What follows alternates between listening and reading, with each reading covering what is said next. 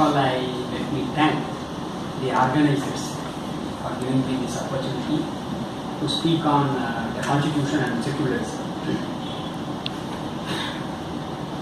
Before commencing my speech, I like to tell this campus is not new to me. You will be surprised to know that I visited every day on all working days for 18 years, from 91-92 to 2008-2009, before I became a judge, to drop my children to Anavan.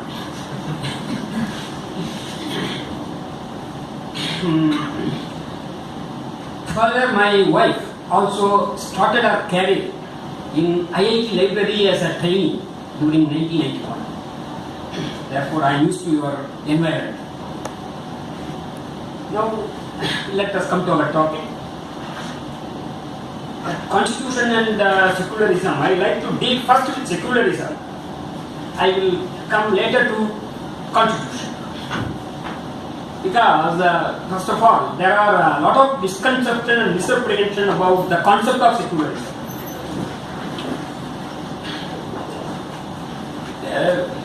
It is misunderstood as if secularism is anti-religion or it is atheism. In my view, it is neither anti-religion nor atheism. At this juncture, I like to tell you that in the first voice, secular voice in Tamil Nadu came from a strong believer in God. Thandai Periyar, who is known for his views on God, hailed him as the secularist and printed the revolutionary songs penned by him in his daily Kudiyarasu several times and freely distributed those songs. I make it like a suspense. He is Ramalinga Adikalar, popularly known as Vallalar. Mahakavi Bharati described Vallalar as the father of the social reform movement. I do not know how many of you have read about Vallalar. Vallalar, a believer, denounced all religion, caste, varnas, rituals, Vedas and Puranas, calling them as waste and have been used as menu in dry lands. I like to quote in Tamil what he said. Iruchadi Tattuva Chatira Kuppai Iruvai Punsayil Eruvaki Pottu. I don't know why he wanted it to be used as a menu in dry land, not in wetlands.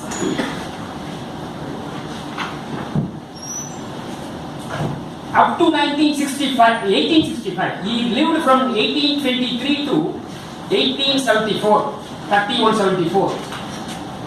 He mysteriously disappeared. I do not know how he then came.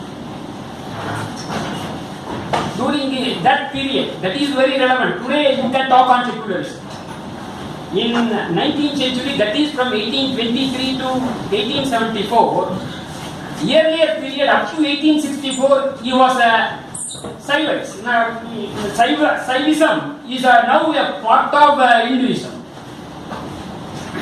He was a very strong believer in God. His songs were relating to Lord Muruga and Lord Shiva. In fact, even at that time, he described the religion as devil. Madamana pe vidiyaadirikka vendum. Everybody was Tamil. I don't know how to translate in English. Madamana pe vidiyaadirikka vendum. That was the prayer made to Lord Muruga. But in 1865, he denounced religion, caste, rituals, Vedas and everything, and he founded Suddha Samarasa Sanmarga Sangam. Sangam is important like Buddha. In contrast to the mutts and temples at that time. At that time even Makkale education did not come. Only mutts gave education to the higher caste. There are two types of education. One Saiva mutts mostly, and the Brahmin mutts teaching Vedas. Here the Saiva Puranas and Devaram Tiruvasakam and all these things, not Tirupul. Vallalar was the first person who preached Tirupul. And at that time you are all well aware, the scheduled castes were not permitted to enter the temple. In his Sanmarga Sangam, irrespective of caste, irrespective of religion, irrespective of nations, any language, irrespective of gender, at that time women are not given equal rights. Even now it is a debate whether you can enter some places. Now at that time he said all of them can come to worship. That is why he said he was not an atheist. He was a strong believer. In my view, the concept of secularism is of a recent origin. No one could have heard of before the advent of capitalism. In feudal states, the religion was mixed with the state and it is inseparable. Religion has played a very, very vital, pivotal role and at the helm of affairs. You know, everybody knows. The religion of the king may be a great, Asoka the Great, but his kingdom followed the religion of Buddhism. In Tamil Nadu, you are very well aware, is a Rajaraja Chola. His religion was Saivism, which is now a part of Hinduism. The religion of Akbar the Great, it is Islam. The religion of the European states was Christianity. Yeah, that everybody knows. At that time, Bruno, who spoke against Bible, saying that if the world is not, the earth is not flat, was burnt alive, and Galileo was put in prison, was speaking against Bible. Now they have sought apology. And what is secularism? Therefore, secularism is, first I am about state. I am not about individuals. A secular state is one that is totally separated from religion. I may call the golden rule of secularism is the separation of religion from the state. Religion has no place in the matter of state administration. Religion and state must be kept apart, kept separate. There is a narrow meaning which I do not subscribe to.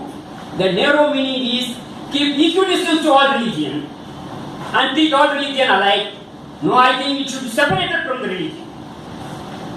In my view, in a secular state, religion is purely a private affair. That is why I am saying you can have any view. It is the choice of individual to have faith in any religion. He can change his faith.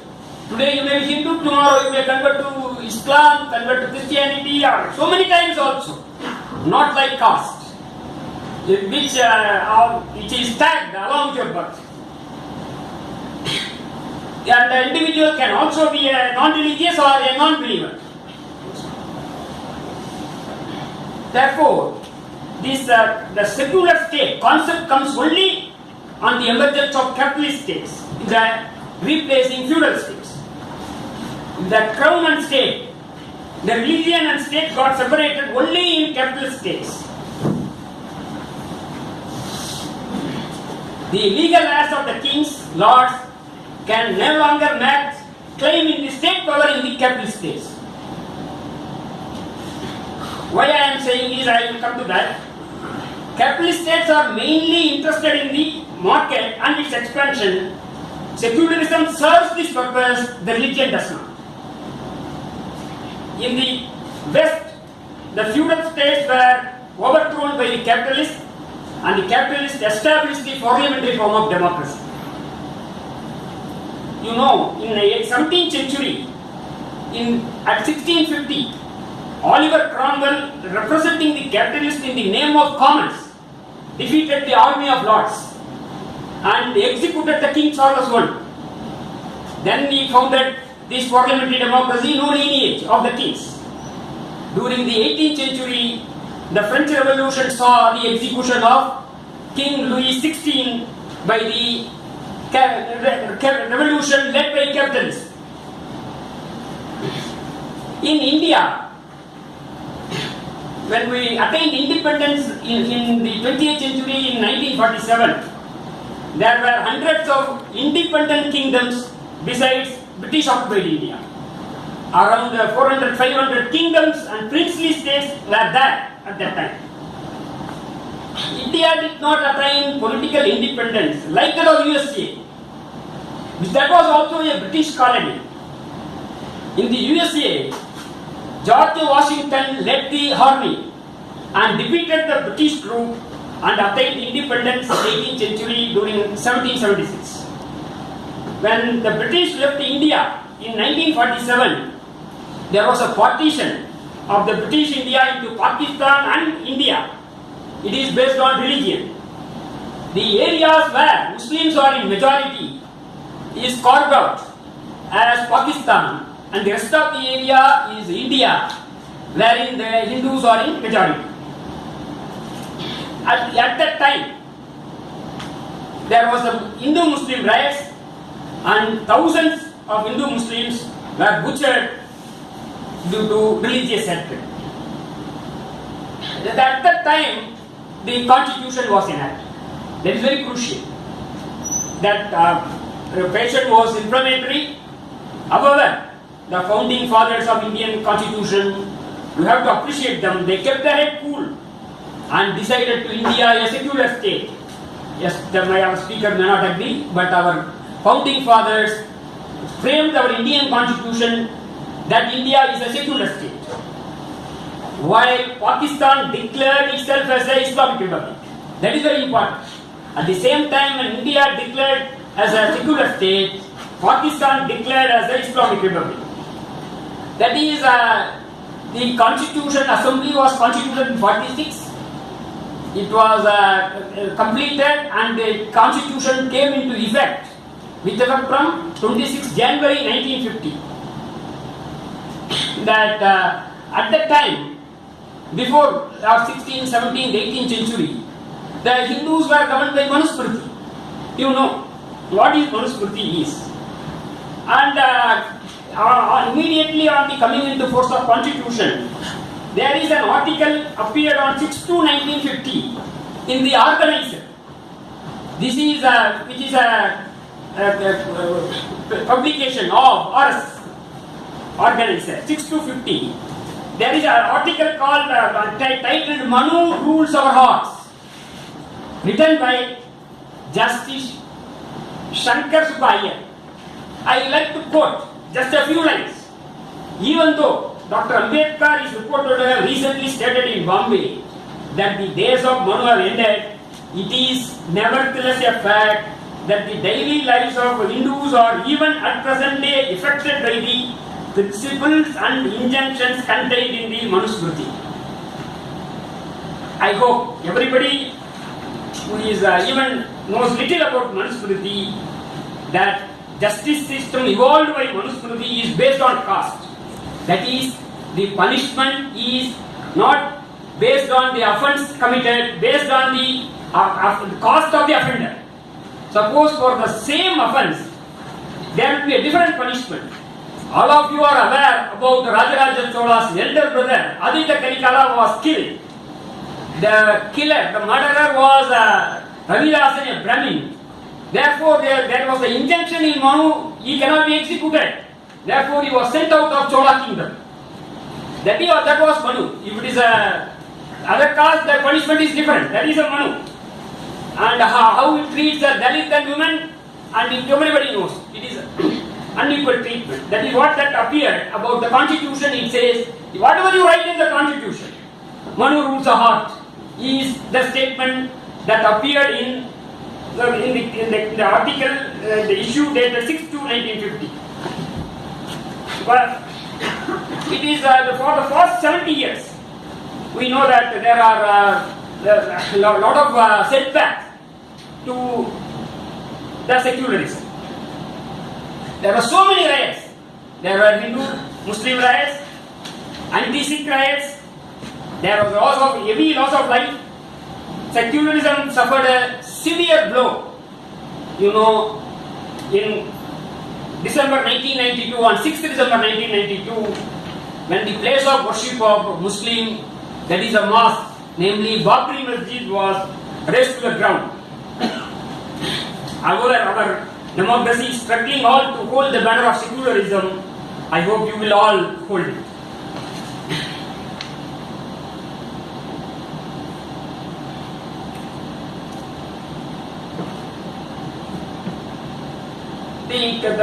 What is that the challenge to the secularism? Now in our system is based on the political parties and the organizations, they govern the state.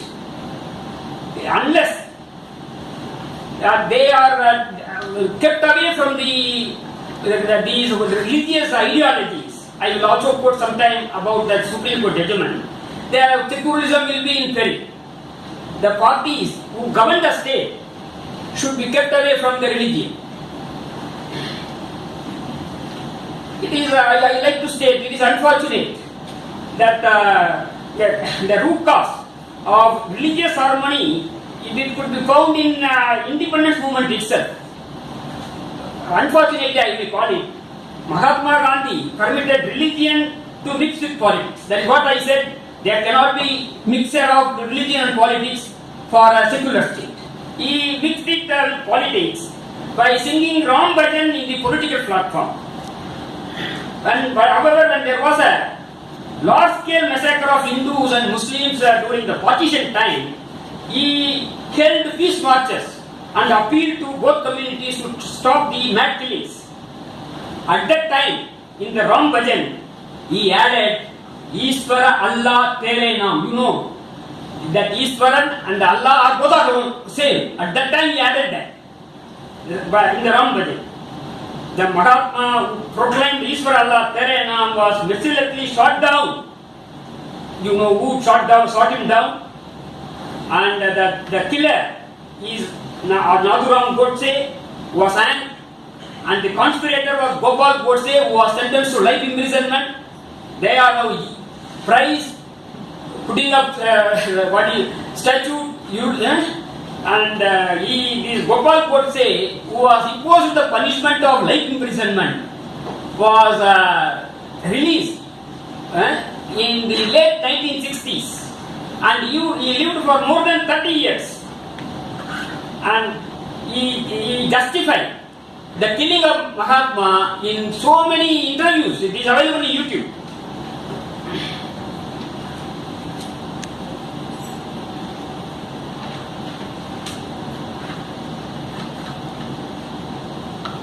One thing the problem is this.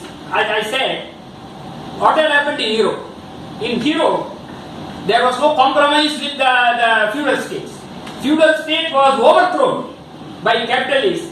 I said by Oliver Cromwell, I stated in the French Revolution, that is what had happened in Germany, everywhere. They captured power. They established parliamentary democracy.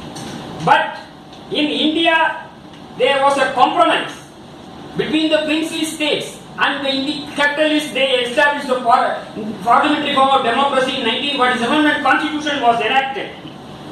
That is why even now we experience that in our political parties, whether all national, regional, they from Kashmir to Kanyakumari, there is a leadership in the politics, and that is a feature of the feudal system.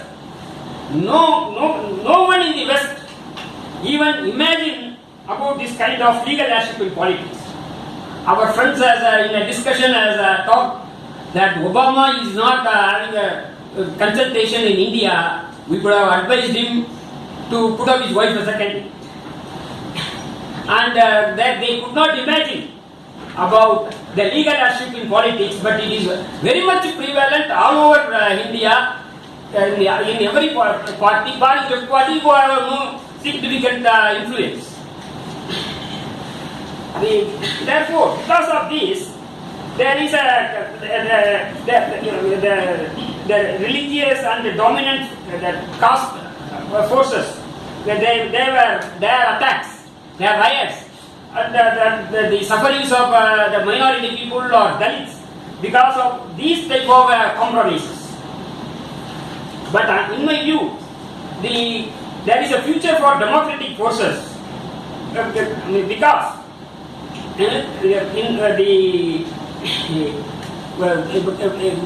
future, this is the requirement of even for capitalist society. They want the capitalist market freely without any obstacle. If there is the religious riots, it will affect their market and business. Therefore, even the present day government came to power not on Hindutva agenda, they came on development and good governance. On that plank alone, people voted the present government to power.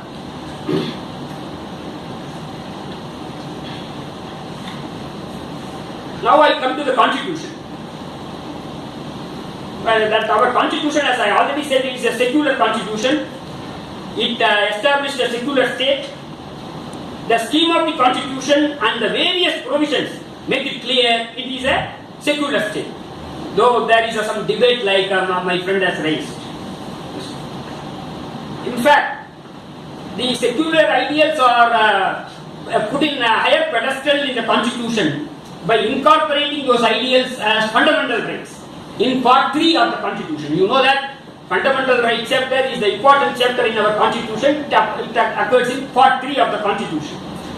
Article 14, 15 and 16 of the constitution prohibit discrimination against any citizen on the ground of religion and guarantee equal protection of law and equal opportunities of public employment.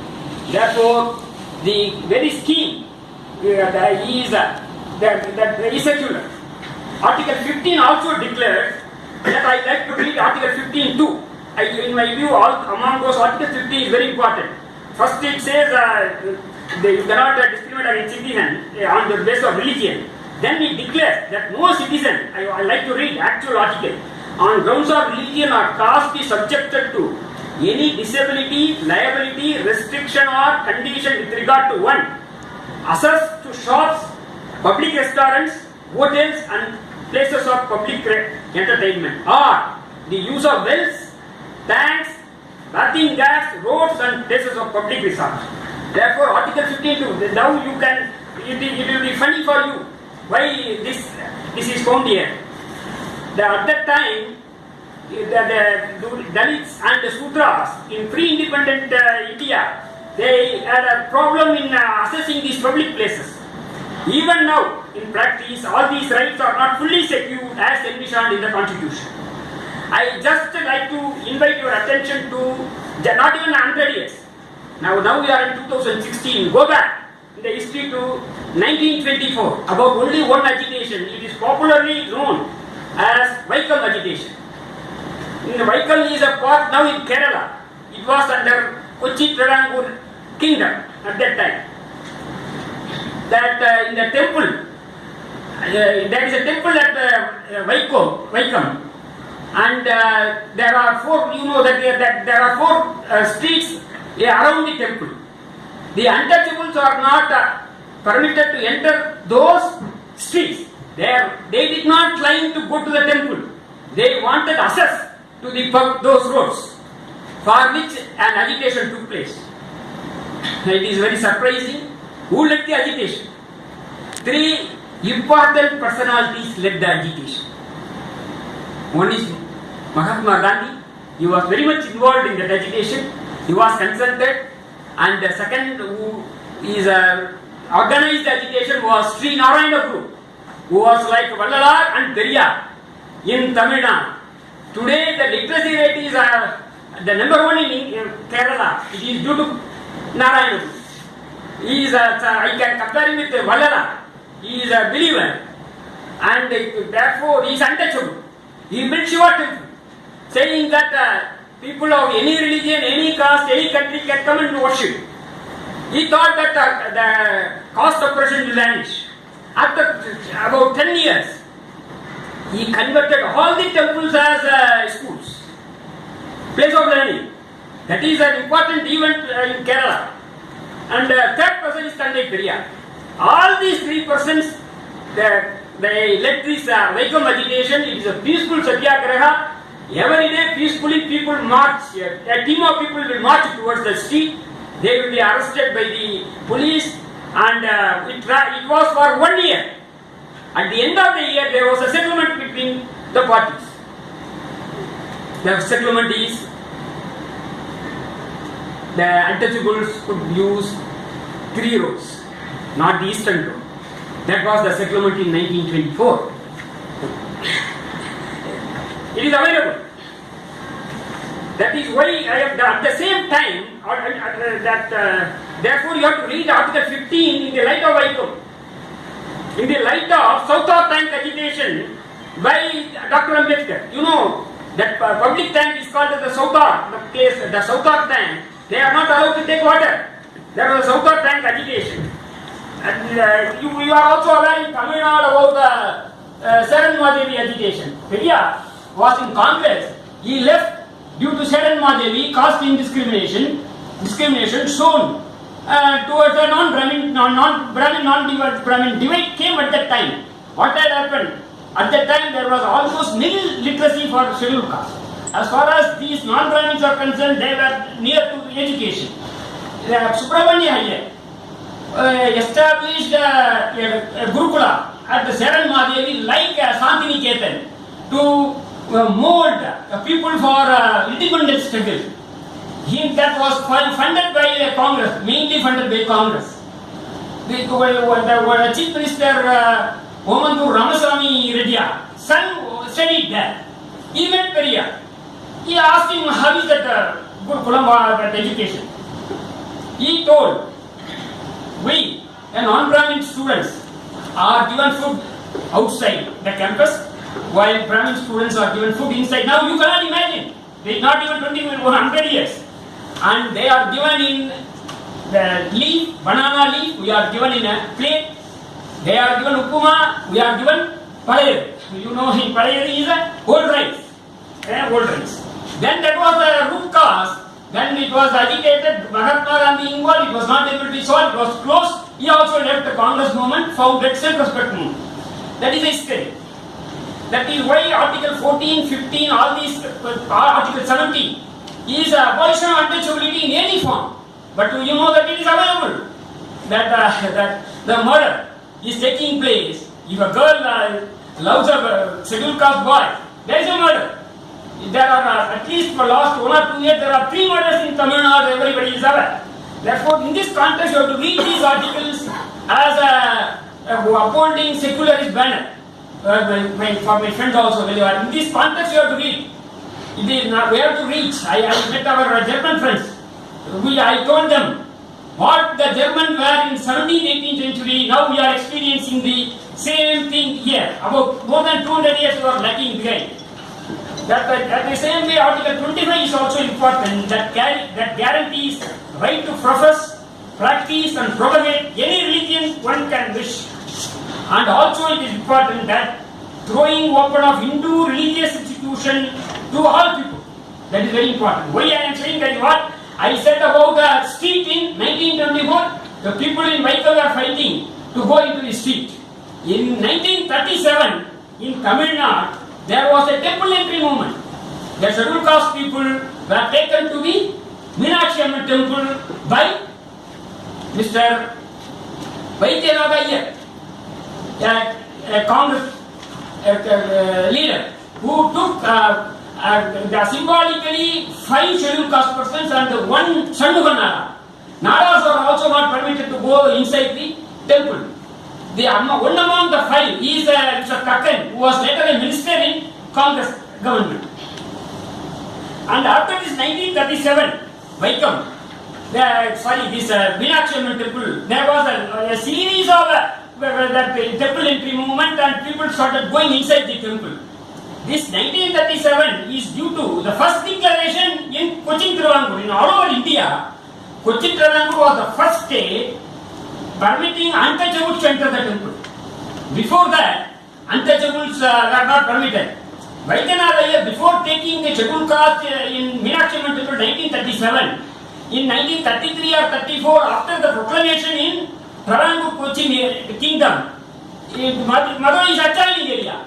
He took as a tourist the scheduled caste people to Trivandrum, Padmanabhaswamy temple. Susindram was part of that, Kanyakumari was part of that kingdom. Susindram temple he took as a tourist. Article 26 guarantees every religious denomination or any section they have right to establish and maintain institutions for religious and charitable purposes. Article 29 guarantees the citizen having a distinct language, script or culture the right to conserve the same. Article 30 guarantees the religious and linguistic minorities to establish and administer educational institutions. Therefore, I said the scheme of the constitution is establishing a secular state while the Pakistan established at the same time a Islamic Republic, a theocratic state. That also, that fundamental duties also, there is a chapter, Part 4A of the Constitution, but was later incorporated. The fundamental duties that are relevant to our topic is that there is only one section, 51A, appears in Part 4A of the Constitution. In that 51A contains A, B, C, D, that relevant is 51A, E, F and H.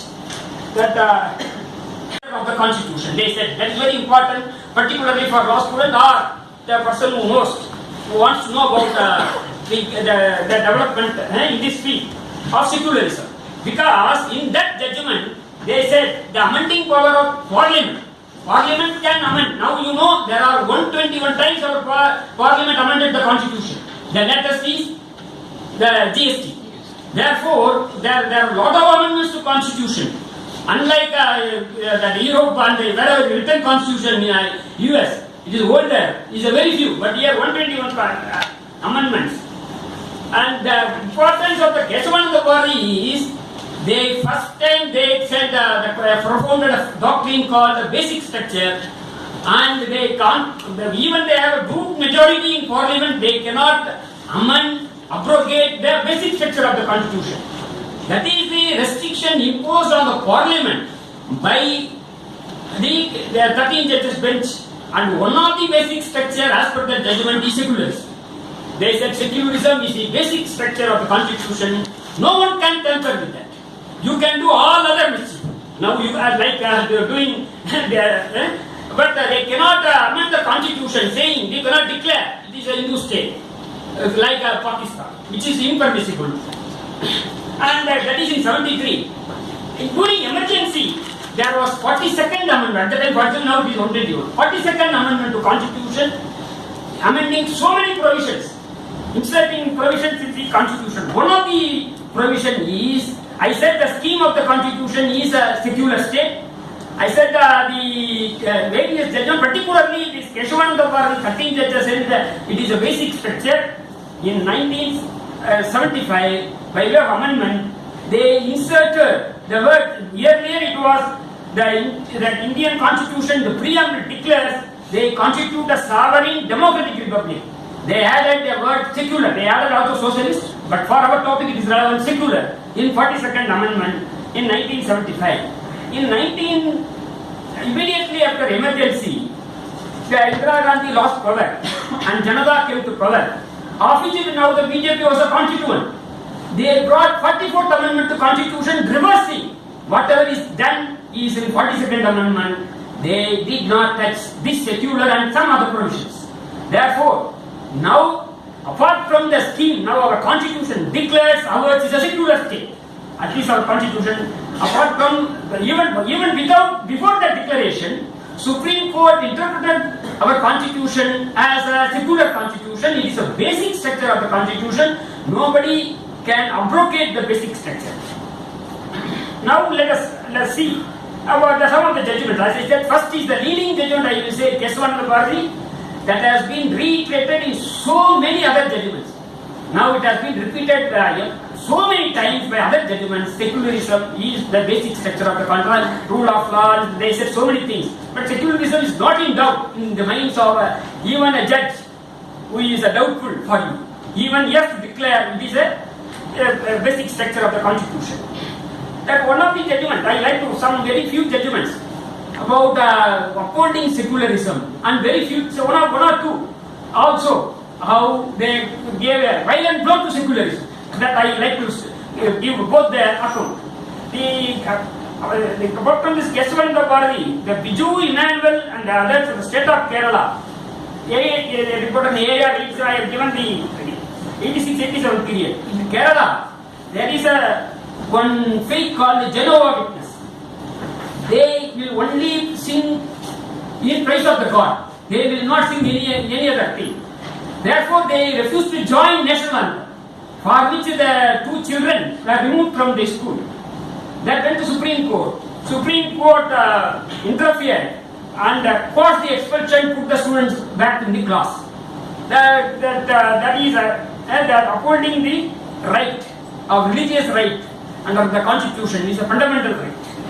That is thereafter, you know what had happened. That is a S.R. Bommai case decided by 9 judges bench is a leading judgment.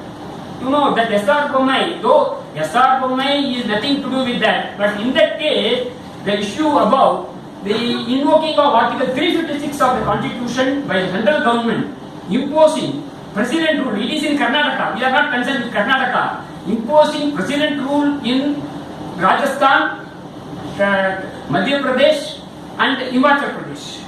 As far as the UP is concerned, they themselves resigned. What had happened when all these four states, where they had influence over a different Hindutva ideology, and having their strength, they gave a lot of the inflammatory speeches, calling the people to demolish Babri Masjid. In fact, before demolition, the matter went to Supreme Court. The bench presided over by Chief Justice Venkatachalaya took an assurance from Union government as well as the Chief Minister Kalyan Singh. They gave an assurance by way of an affidavit to the Supreme Court they would protect the structure. But you know that Corsairs were brought in and they demolished on 6/12/1992 and they razed to ground. Thereafter the UP government resigned itself, and even some MLAs from Himachal participated. He himself declared, I went and demolished the mosque. Therefore, the central government imposed president rule in these three states. That was questioned. That came to Supreme Court. Then the Supreme Court, they discussed about the secularism. They held, in my view, that it is a time for secularism. There have been so many words. I just read that it is a 9 judges bench, and unanimously that nobody has said it is their action is condemnable. It's raising to ground is bad. It is anti-secular, it is opposed to our constitutional values and ideals. And I read a passage from the Justice Jeevan Reddy, who for himself and another judge, he wrote a judgment. I will read this. Political parties are formed and exist to capture or share state power. That is, it is in para 310 in SEC. Reported in 94-3 SEC page 1. That is their aim. They may be association of individuals, but one cannot ignore the functional relevance. An association of individuals may be devoted to propagation of religion. It will be a religious body. Another may be devoted to promotion of culture. It will be a cultural organization. They are not aimed at securing state power, whereas a political party does. That is one of its main objectives. This is what we mean by saying of functional relevance. One cannot conceive of a democratic form of government without political parties. They are part of the political system and constitutional scheme. Nay, they are integral to the governance of a democratic society. These lines is important. The Constitution requires the state to be secular in thought and action. The same requirement attaches to political parties as well. Is the dictum laid down by the Supreme Court. The Constitution does not recognize, it does not permit mixing religion and state power. That is why I said it is not my statement, it is a statement of the apex court. Both must be kept apart. That is the constitutional injunction. That is what the Supreme Court said in S.R. Bommai's case. S.R. Bommai, that as far as the proclamation concerning S.R. Bommai was declared as illegal, as far as others are concerned, these three states, they said that it is legal because Constitution, the secularism was demolished to ground, was the what Supreme Court said. Therefore, that is one of the milestones. Then the case of Shawban and Daniel Latifi case are two important matters relating to maintenance to divorced Muslim women. That Shawban was a divorced woman and she claimed maintenance under criminal procedure code for herself and her children. The Hindu court, local court ordered maintenance. The matter went to Supreme Court. The husband filed appeal on the ground that the only personal law, some of you know also talk, that only personal law is applicable, not the criminal procedure code. I have to pay maintenance as per my personal law. That was rejected by the Supreme Court at that time when they had a smaller bench. Though they were in agreement to dismiss the appeal, they referred to a larger bench of constitutional bench consisting 5 judges. Those 5 judges unanimously passed a judgment dismissing the appeal, holding that there is no conflict, you are liable to pay under section 220 of CRPC. Now, thereafter, you know what has happened to the judgment of Shawban. At that time, it was the Rajiv Gandhi government. If that Rajiv Gandhi government enacted Muslim women Protection of Rights on Divorce Act 1986, scuttling, throwing away the dictum laid down by the Supreme Court in Shawban case to appease the Muslim fundamentalists. It is very interesting to note one important thing. One Bajagat Habibullah, who worked in PMO at that time, he wrote an article recently, just I think 17th or 18th, in the Hindu, wherein he has stated Rajiv Gandhi was initially not inclined to meddle with the judgment of the Supreme Court. It was Mr. M.J. Akbar who persuaded him to do that. M.J. Akbar was sometime in Congress. Now he is a central minister in BJP. That is an interesting fact you all have to take note of.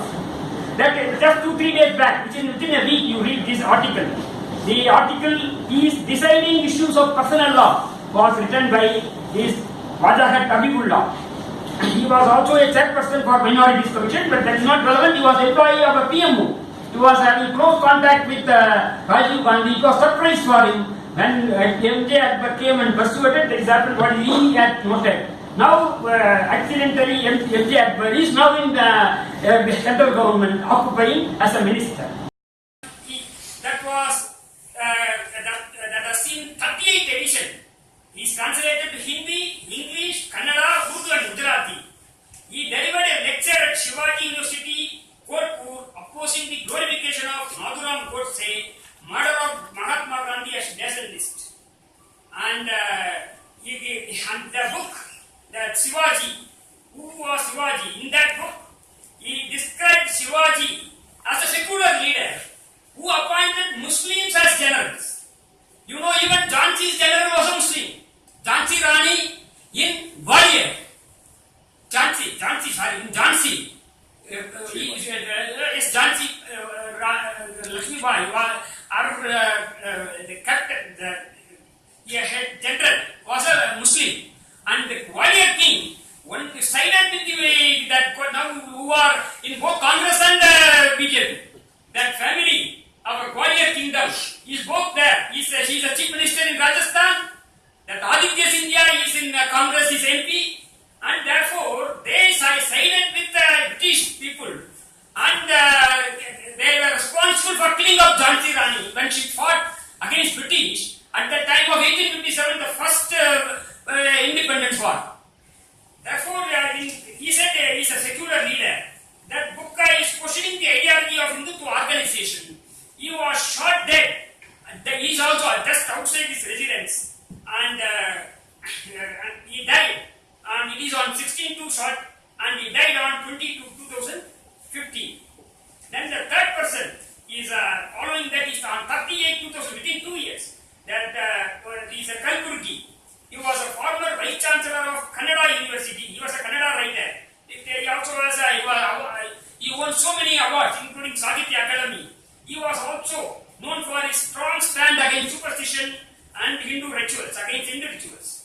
The cruelty is that as he is a former vice chancellor, he authored books, he is interacting with students. Somebody pretended a student, knocked the door in the morning, went into his house, shot it in his house.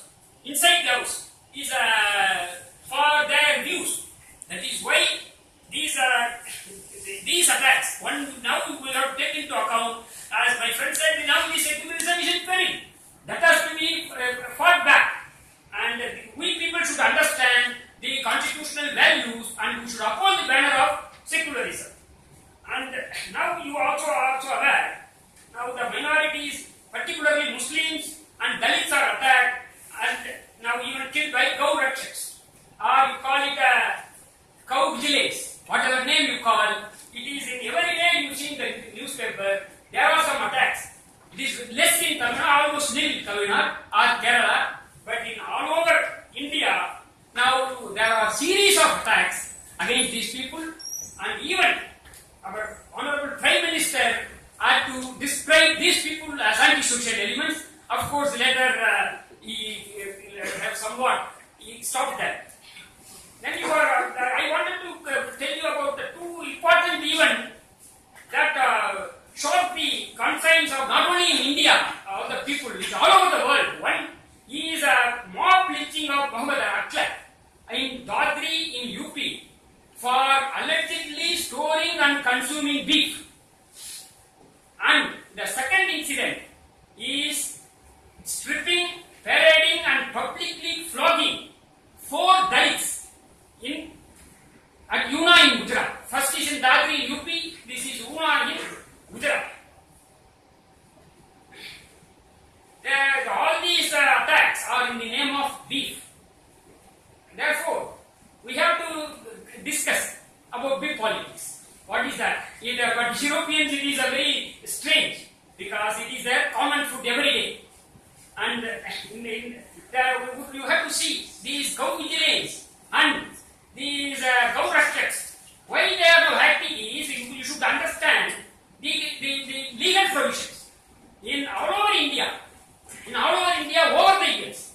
I cannot blame any Hindutva government or all the governments across the country, Bari, Kerala, and the northeastern state. A few. Even in Tamil Nadu, there is a prohibition for cow slaughter, Cow Protection Act is there. Therefore, only in Kerala and northeastern, even northeastern states, Assam, there is a law prohibiting the killing of cattle. But only very few, like Arunachal Pradesh, Mizoram, Nagaland, Meghalaya. Only these states, in northeastern states. Even other states, there are cow protection laws enacted prohibiting the killing of good cattle. That is the basis for all these problems. Therefore, we have to, that is what I wanted to now have a debate on this. Now there are laws, even here there is a law, but even in Manipur there is a law in northeastern state, but practically all the people are consuming beef, it is not implemented, but there is a law. But some king in 1938 passed the law that is still in operation. Therefore, that is the state of affairs all over in India, including Tamil Nadu, where Tandai Periyar movement, you all speak, even it is in the name of the Periyar, even here there is a law protecting cow. Why I am saying is, let us discuss, what is that? It is Article 48. One has to look into what is Article 48. I just want to read that article. And also the Constitution Assembly debate. What is a debate? When that was a draft, there was a discussion. I read Article 48. Kindly read. This is an organization of agriculture and animal husbandry. Sorry,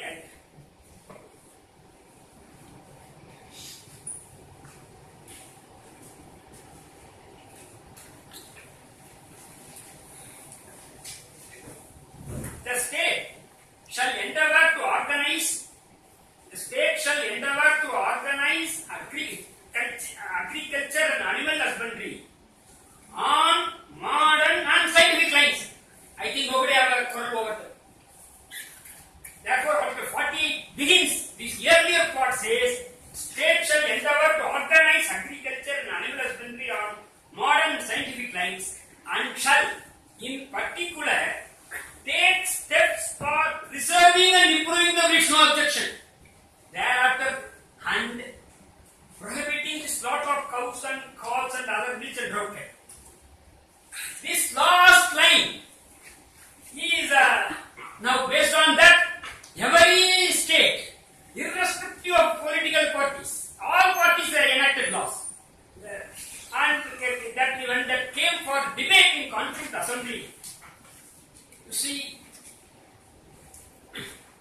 was not pushed in the name of religion. That is very important. There was, it was thought to be placed in constitution on the ground for economic requirement. They said India is an agricultural country, and for the development of agriculture, the improvement of agriculture, one has to protect the cattle, and therefore the section should be incorporated. The constitution was the argument put forth by the persons who are advocating to keep it the articles. But those who oppose, particularly Muslim members, they asserted that agriculture is not based on the cattle, and that this actual word, modern and scientific agriculture, will mean mechanization and so many other things. It was pointed out that preceding portion of the class speaking modern and scientific agriculture, and the subsequent portion banning slaughter of cattle do not fit in with each other. That is what the debate went on. The debate is not in the name of sentiments or Hindu religion, nothing. It is totally on the ground of modern. That is why you have to read carefully. It is for organized agriculture, animal husbandry on modern and scientific lines, takes us for preserving and improving breeds for that purpose. Therefore, when the debate centered around, and the persons who are pushing, that is very important. I like to say, the persons who are pushing that that clause, they wanted it to be included in fundamental rights. You kindly see, they wanted to include in fundamental rights like Article 14, like Article 15 or Article 19, giving you right to speech. They wanted to give an elevated status. You can enforce it. That is the difference between fundamental right and directive principles. Fundamental rights means you can enforce it in the court of law. It is a directive principle, so it cannot be enforceable. Therefore, Dr. Ambedkar, skillfully, he pushed it to directive principles. When there was a debate, when they were pushing for fundamental rights, okay, Ambedkar said, let it be in the directive principle, thinking that it will be dead letters, but it is active. That is, Ambedkar really failed in my view. That is what he thought, that part 4 of the Constitution is directive principle. It is from Article 36 to 51. 51A is part 4A. Article 37 states directive principles cannot be enforced in the court of law. But the state can make laws applying the directive principles. What I just like to tell is this. Even the elderly people, old age people have no security in our system. But you say, I am not like our in Western countries. These cattle are now grown for slaughter purpose, for a beef purpose. Here our farmers, they take it as our family members. They use it for agricultural purposes. But if nowadays in 21st century, it is not at all used for agricultural purposes. Even a person owning 1 or 2 acres hires tractor for plowing. Nobody uses for plowing, and also for the load, for taking the loads. For all purposes, either tractor or lorry is used. Nobody, I have come from agricultural family. I know pretty well. Nobody now uses these bullock or ox or whatever it is for these purposes. Only it is for milk. Even whatever it is, nobody likes to slaughter the cow or these cattle. They only will sell those cows. They will use for slaughter only when it becomes not useful. Yeah, thereafter, once suppose it cannot be used for any agricultural purpose, or it cannot give birth to cows, it becomes so old, they cannot bear it. That is why I said even old people are seen as burden. Now, old age home is there is a mushrooming growth in the cities. There is nobody is there. But how can you compel a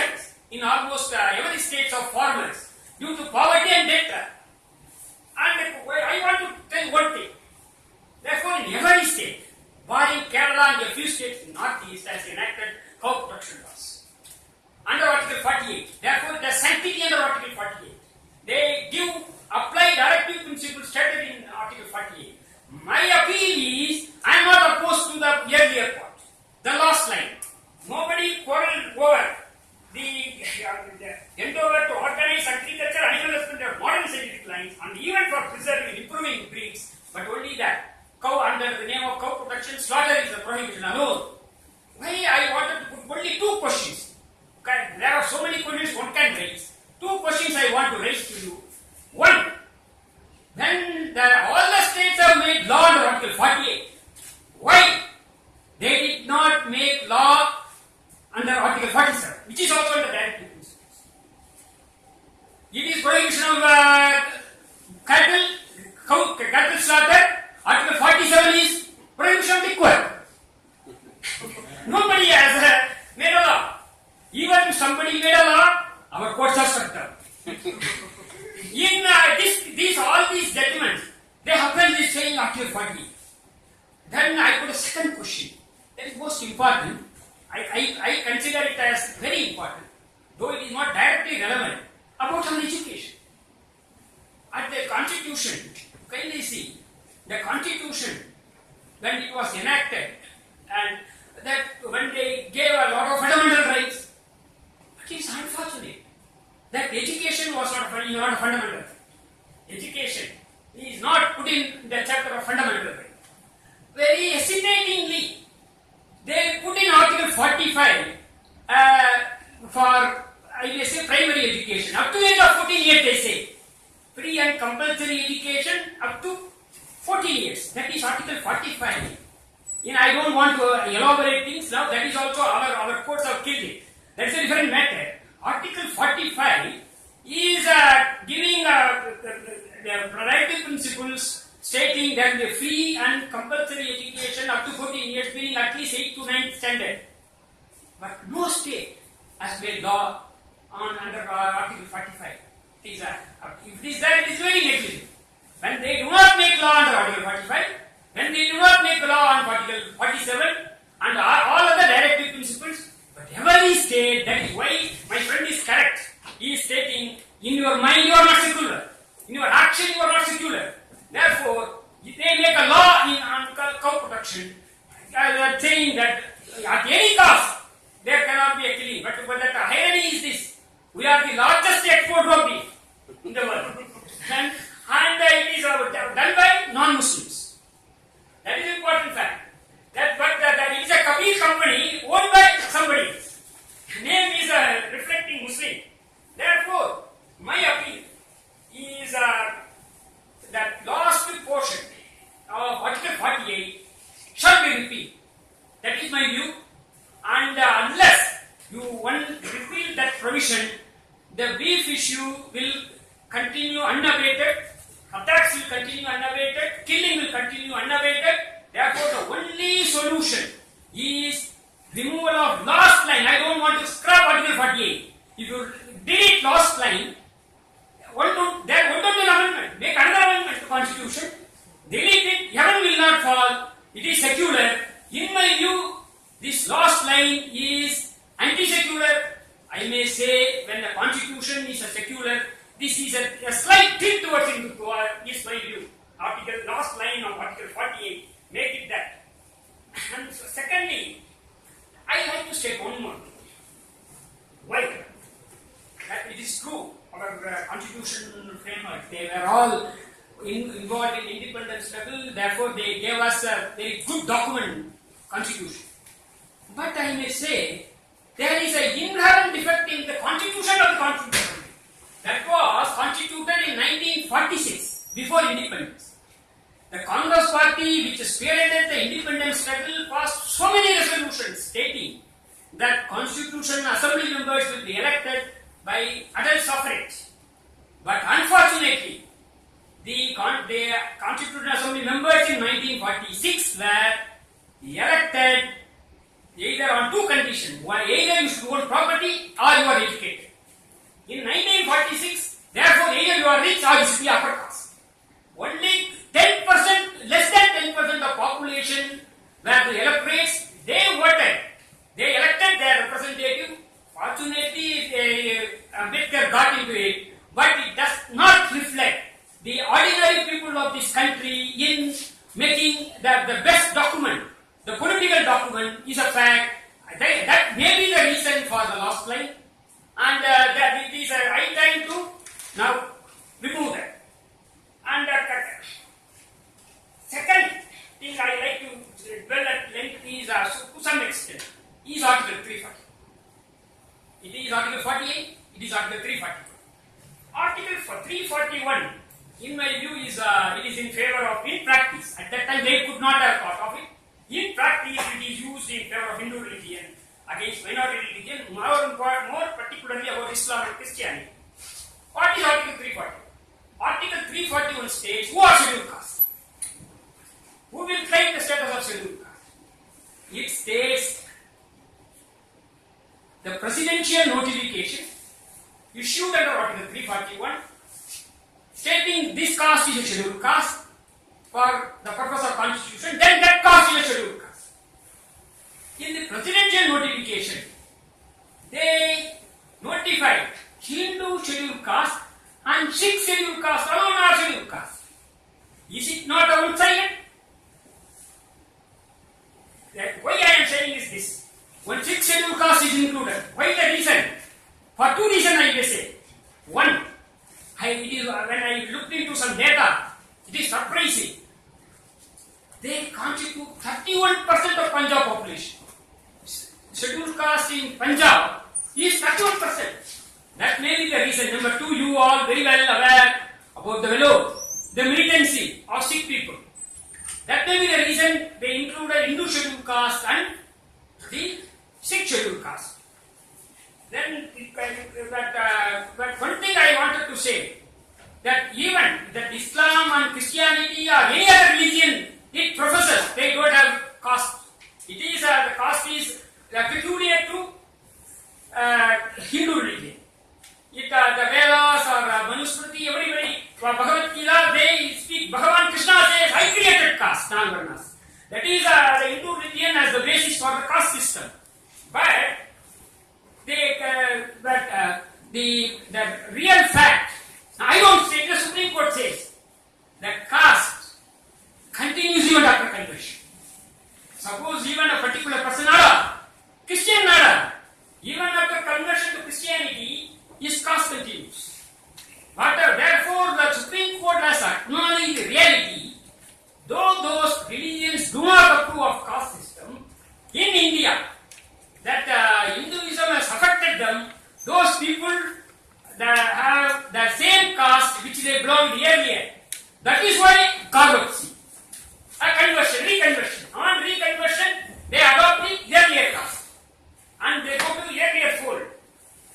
And I just like to say about the Kailash Shankar's case of the Supreme Court in 1984 to SCC 91, page 91. I read a small portion.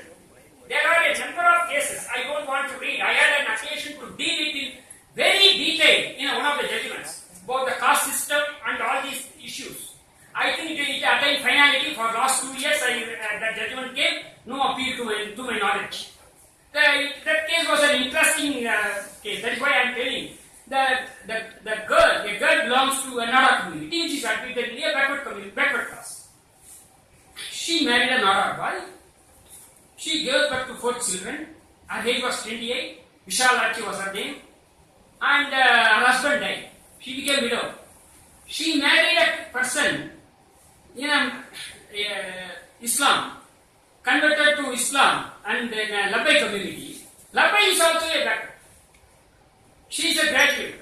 She appeared for prize for employment in Tamil Nadu Public Service Commission. The issue arose whether she was a backward or forward. They said that there are some judgments saying backward, some judgments saying backward. In Madras High Court, I was given that task. Either I have to send it before a larger bench, or I have to look upon the Supreme Court decision. I am able to lay my hand on the Supreme Court judgment and said she belongs to backward community. She is going appointment also. Vishalachi is now a Haripa. Where I had dealt in detail about the caste system and about all these how Naras were not allowed, even the women were not allowed to wear the upper garments. I conclude this. Therefore, there are large number of cases where members belonging to particular caste, having been converted to Christianity or even to Islam, retain their caste. And in a large area of South and some of the northeastern states, it is not unusual to find persons converted to Christianity retaining their original caste without violating the tenets of the new order, which is done as a matter of common practice existing from time immemorial.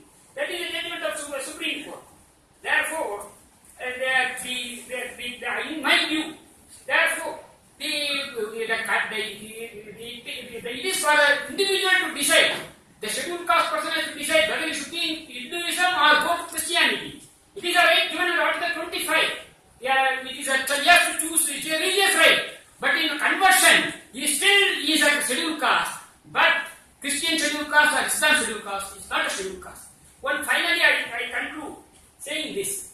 What had happened about Ambedkar? Ambedkar was not a scheduled caste on his conversion to Buddhism. In 1956, he converted to Buddhism. And I don't want to read, I have prepared, but it's though I lost page, it's now given a warning.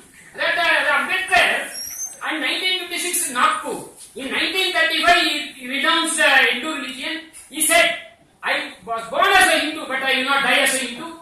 He said because it is unequal, people are not treated equally. Therefore, he wanted to convert further. Therefore, on his conversion, lakhs of people, dalits who converted along with him at Nagpur were treated not as scheduled caste. And we offer hopes. Ambedkar is an important icon. 1992 is a centenary year. Therefore, the politician thought, how? Ambedkar is not a scheduled caste. Therefore, Buddhist scheduled caste was now notified as a scheduled caste in 1982. Now, but not a Christian and no Muslims. Therefore, my view is that all the scheduled castes, irrespective of the religion, that because of the caste fact, because of the stigma they continue, they shall be, then even now, that Una, even they may be a Christian scheduled caste, they may be attacked, because in village you go, you can't find a distinction between a Hindu scheduled caste or Christian scheduled caste. They are scheduled caste, they are outcasts, they live outside the village in a tenement, they in some area. Finally, I like to conclude with again with Justice Ochilap Reddy in his book. What I read and conclude. He referred to Japanese Supreme Court on secularism. I think that will be hard to read. This is what he wrote. That is secularism. And what happens to secular state if religion is allowed to get mixed up with political office? Reference may be usefully made here to the decision of the Japanese Supreme Court, reported a few years ago in several newspapers, but in small print. The judgment is revolutionary in its conceptual implication and consequences. Interpreting Article 20 of the Japanese Constitution, which guarantees freedom of religion and also stipulates that no religious organization shall receive any privilege from the state nor exercise any political authority. The Japanese courts have now banned official visits by the territorial head of state, Japanese emperor, the prime minister, and other top government officials to the Yakuni shrine in Tokyo as violative of the Japanese constitution principles of separation of government and religion. I think that let us contribute to the integrity, sovereignty of India by setting the religious and caste bias and march towards making a true secular India. Thank you.